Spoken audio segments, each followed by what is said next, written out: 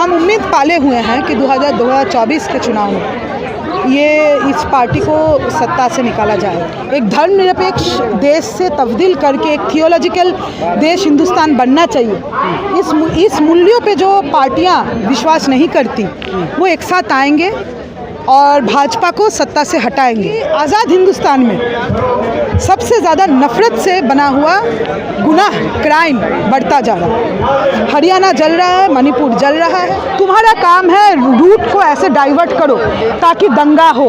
तुम्हारा काम है जो फेक न्यूज़ तुम्हारे व्हाट्सएप में आएगा उसको फैलाओ। ट्विटर अकाउंट में 2 रुपए में 1 ट्वीट करो, फेक न्यूज़ चला। वो कह रहा है कि हिंदुस्तान में रहना होगा तो योगी मोदी कहना किसी का हत्या जब तक नहीं होता तब तक नहीं लगता कि मोदी जी का शान बढ़ रहा है। जो मैकेनिज्म काम किया उस मैकेनिज्म का नाम है नफरत। आपने, आरएसएस, बीजेपी ने और प्रधानमंत्री जी खुद इसके लिए जिम्मेदार हैं। मणिपुर में महिलाओं के ऊपर जो बलात्कार हुआ, उनको निर्वस्त्र करके घुमाया गया, उनके ऊपर 0 FIR करके 2 महीना तक मॉब लिंचर्स को बचाने वाले ये पूरा तंत्र आज उस RPF जवान ने जो गोली चलाया है उसके पीछे जिम्मेदार है। That was a political crime. Infrastructure बनाया, इंडस्ट्रियलाइजेशन किया है, लोगों को नौकरियां दिया है, परमानेंट नौकरियां दिया है, हिंदुस्तान के युवा पीढ़ी को बनाया है। उन कंपनियों को, एयर इंडिया का बिक जाना, एयर इंडिया जो हिंदुस्तान का एक गर्व हुआ करता था, है ना, बहुत ही एफिशिएंटली चलने वाला एक इंटरनेशनल एविएशन कंपनी, सरकारी कंपनी, उसको आपने रेल बेच दिया, आप बैंक का मर्जर कर रहे हैं, आपने जो है स्टील सेक्टर सरकारी बेच दिया, आपने कोल सेक्टर सरकारी आप बेच रहे हैं, आपने एविएशन बेच दिया। आपका काम है सरकारी सेक्टर्स को बेचना और वो जो पैसा आ रहा है उस पैसे को डाइवर्ट करना कुछ चंद ऐसे घरानों को जो आपके पार्टी को चंदा देते हैं। अंबानी, अदानी जो कॉरपोरेट नॉन परफॉर्मिंग एसेट्स हैं हमारे बैंक्स में, वो ज़्यादा कॉरपोरेट ड्राइव है। SBI का क्या स्थिति है? और दूसरी तरफ सरकार जो सम्मानजनक नौकरियां हैं उनको ख़त्म करके ज़बरदस्त informalisation, 93% of Indian workforce today is informal sector में 93% लोग काम कर रहे हैं। तो मोदी जी ने बोला पकौड़ा बेचो, तो पकौड़ा बेचना इकोनॉमी हो गया है। हिंदुस्तान जैसा 10 मोस्ट इंडस्ट्रियलाइज्ड कंट्रीज़ में हिंदुस्तान आता था। ILO के गवर्निंग बॉडी में हिंदुस्तान इसलिए है क्योंकि 10 मोस्ट इंडस्ट्रियलाइज्ड कंट्री में। और आज क्या हो रहा है? आज हो रहा है कि आप इनफॉर्मल इकोनॉमी में इसको पूरा धकेल दिए हैं, आप लेबर कोड ला रहे हैं। ऐसे बयानों के बाद भी तो मोदी जी को दोबारा प्रधानमंत्री बना दिया युवाओं ने। आप देखिए, नौकरी का सवाल एक है और इसी के साथ जुड़ा हुआ जो चीज़ है वो ये है कि आप कैसा देश बनाना चाह रहे हैं। आप चाह रहे हैं कि यही युवा पीढ़ी जिससे आप शिक्षा का हक छीन रहे हैं, जिससे आप रोज़गार का हक छीन रहे हैं, वो ऐसा नागरिक बने जो नागरिक अपने उलझनों का, अपने ज़िंदगी का जो फ्रस्ट्रेशन है उसका जवाब नफरत में ढूंढे। ये तो सरकार की ओर से हो रहा है और सरकारी पार्टी की ओर से हो रहा है। देश के जगह जगह में कम्युनल नफरत भड़काना, ये सरकार अगर नौकरी छीनने के मामले में अपना पहचान बनाई तो हिंदुस्तान में हेट क्राइम, अगर बेरोजगारी 45 सालों में सबसे ज़्यादा है तो नफरत का कारोबार, नफरत का जो गुनाह है, हेट क्राइम, मॉब लिंचिंग से शुरुआत हुआ, मुजफ्फरनगर का दंगा है, दिल्ली दंगा है, मणिपुर जल रहा है, एथनिक क्लैश में डबल इंजन सरकार वहाँ पे चल रहा है। तो आप चुनाव जीतना कह रहे हैं, मैं कह रही हूँ, मैं दूसरा बात कह रही हूँ, वो चुनाव जीत रहा है, ये हमारे सामने सच्चाई है। मैं देश का नागरिक हूँ, मैं अपने देश की तरफ देख रही हूँ और मैं देख रही हूँ कि एक तरफ का सच्चाई है 45 सालों में सबसे ज़्यादा बेरोजगारी, दूसरी तरफ का सच्चाई है कि आज़ाद हिंदुस्तान में सबसे ज़्यादा नफरत से बना हुआ गुनाह क्राइम बढ़ता जा रहा है। हरियाणा जल रहा है, मणिपुर जल रहा है। तो जलाने का कारोबार, एथनिक वायलेंस, रामनवमी को आरएसएस का ये लंबे समय का कोशिश है कि भारत जैसा एक देश जहाँ पे सैकड़ों समुदाय हैं, सैकड़ों कल्चरल फेस्टिवल्स होते हैं और ये अलग अलग डाइवर्स कल्चरल फेस्टिवल्स हिंदुस्तान को हिंदुस्तान बनाती थी। खूबसूरती हमारे देश का यही थी। ईद होता है तो दुर्गा पूजा भी होता है, रामनवमी होता है।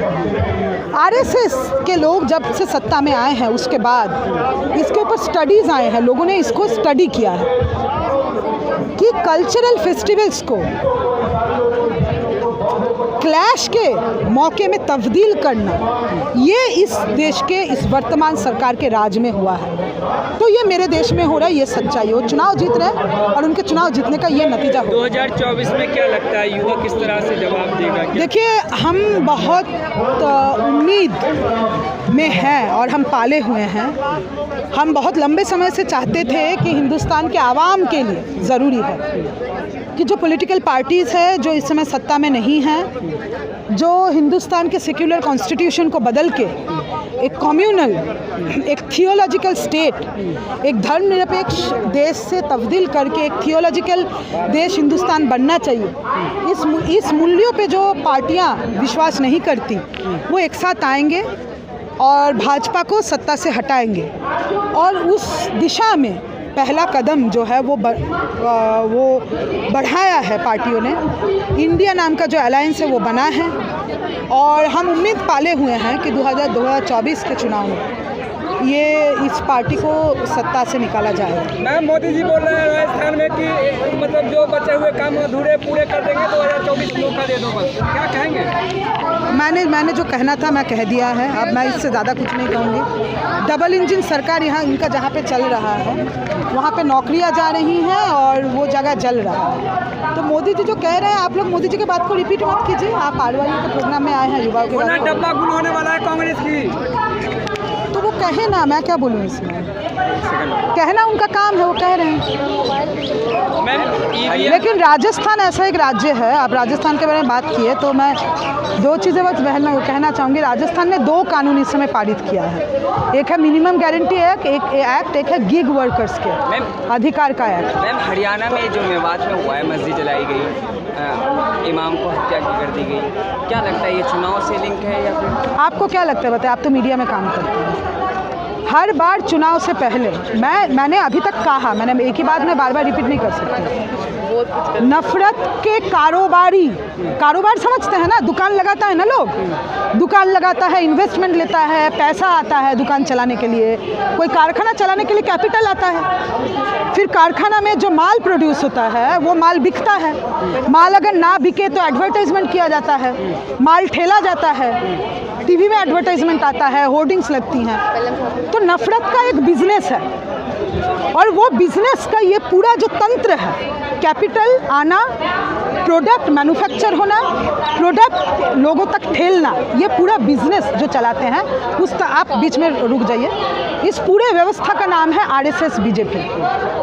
इनके नफरत के कारोबार में फंड करते हैं वो कंपनियां जो कंपनियां हिंदुस्तान के बैंकों को लूटे हैं। नाम है अदानी, नाम है ललित मोदी, नाम है विजय माल्या, नाम है Ambani. State bank of India का डब्बा गुल करना, उसका फंड ख़त्म कर देना, नॉन परफॉर्मिंग एसेट्स बढ़ा देना, इसके पीछे जिस कंपनी का सबसे ज़्यादा कंट्रीब्यूशन है उसका नाम है अदानी। तो अदानी के पक्ष में कानून नीतियाँ बनाई जाती हैं। अदानी जैसे कंपनी इनके पार्टी को फंड करते हैं, ये नीतियाँ बनाते हैं, भाजपा आरएसएस नीतियाँ बनाते हैं कि नौकरियाँ ख़त्म हो, शिक्षा ख़त्म हो, और इनके कारखाने से प्रोड्यूस होता है नफरत, फेक मैसेज, मॉब लिंचिंग का फेक मैसेज, कारोबार। जो मजदूर बनाए जाते हैं उन मजदूरों को उनसे पढ़ाई लिखाई का अधिकार छीन लिया गया है, नौकरी का अधिकार छीन लिया गया है, उनको बनाया जा रहा है ट्रेंड दंगाई। उनको कहा जा रहा है कि जब भी कोई रिलीजियस फेस्टिवल होगा तुम्हारा काम है रूट को ऐसे डाइवर्ट करो ताकि दंगा हो, तुम्हारा काम है जो फेक न्यूज़ तुम्हारे व्हाट्सएप में आएगा उसको फैलाओ, ट्विटर अकाउंट में 2 रुपए में एक ट्वीट करो, फेक न्यूज़ चलाओ। तो हरियाणा में जो हो रहा है, मणिपुर में जो हो रहा है, ये वही मुंबई में ये आदमी, इन्होंने आरपीएफ के जिस जवान ने गोली चलाई, मैं कह रही हूँ कि मेन स्ट्रीम मीडिया, रीढ़ का हड्डी एक चीज़ होता है ना, अगर हम इंसान हैं, हमारा रीढ़ का हड्डी है तभी हम सीधे खड़े हुए, सर ऊंचा है, आँख में आँख मिला के बात करते हैं, तो इंसान होने का बहुत बड़ा सबूत है रीढ़ का हड्डी। मेन स्ट्रीम मीडिया उसने अपना रीढ़ का हड्डी खो दिया है।